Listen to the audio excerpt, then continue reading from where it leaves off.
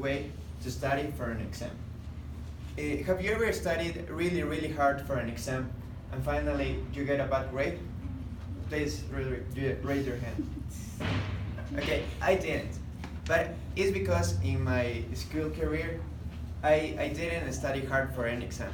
Because making the homeworks and paying attention to class was necessary to have kind of good grades so I can pass the year.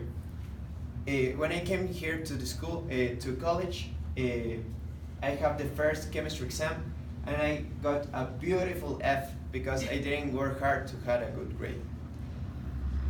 So with a lot of luck after that terrible exam, I had some classes that helped me to understand how to study so I can have good grades in my tests.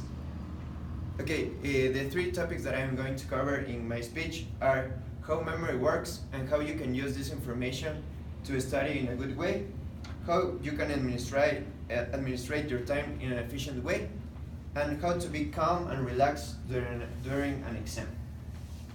Okay, the first topic is how memory works. I learned about this topic in a neuropsychology class that I took in my 5th semester, and you have to know that we have an unconscious part in our brain and also a conscious part. So the unconscious part of our brain receives tons of information every second. So this information could be the sound that the wind produces, the temperature this glass has, and also the expressions that you're making while I'm talking in front of you.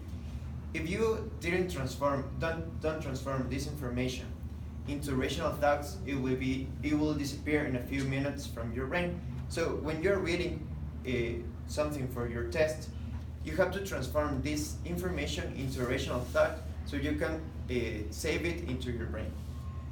Some tips that you can make are to relate information that you are reading with something that you already know, to repeat the information a lot of times so you can save it into your conscious part of the brain, and also to explain the information that you're reading with other words.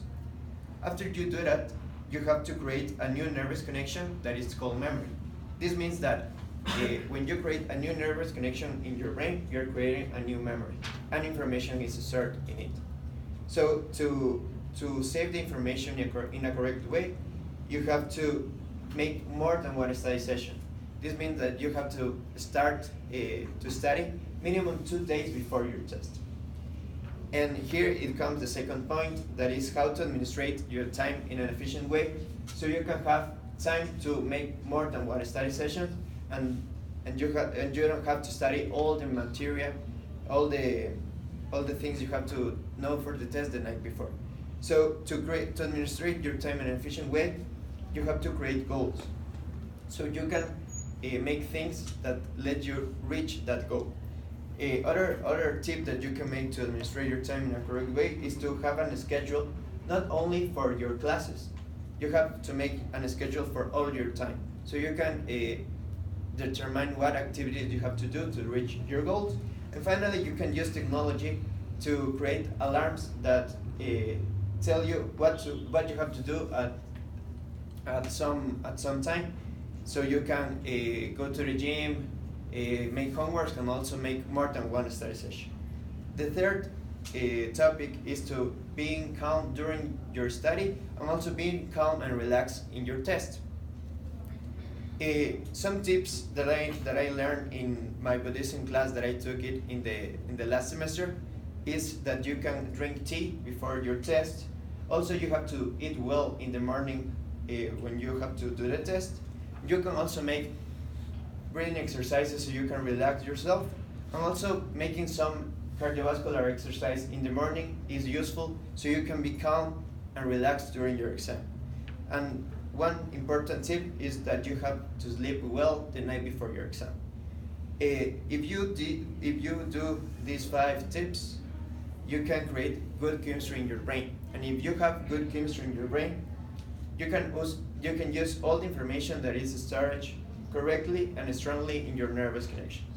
So the 3 topics that I talked about is how memory works and how you can use this information to study in a correct way, how to administrate time efficient so you can make more than one study session, and finally how to being calm and relaxed during your exam, so you can use all the information that is saved in your brain.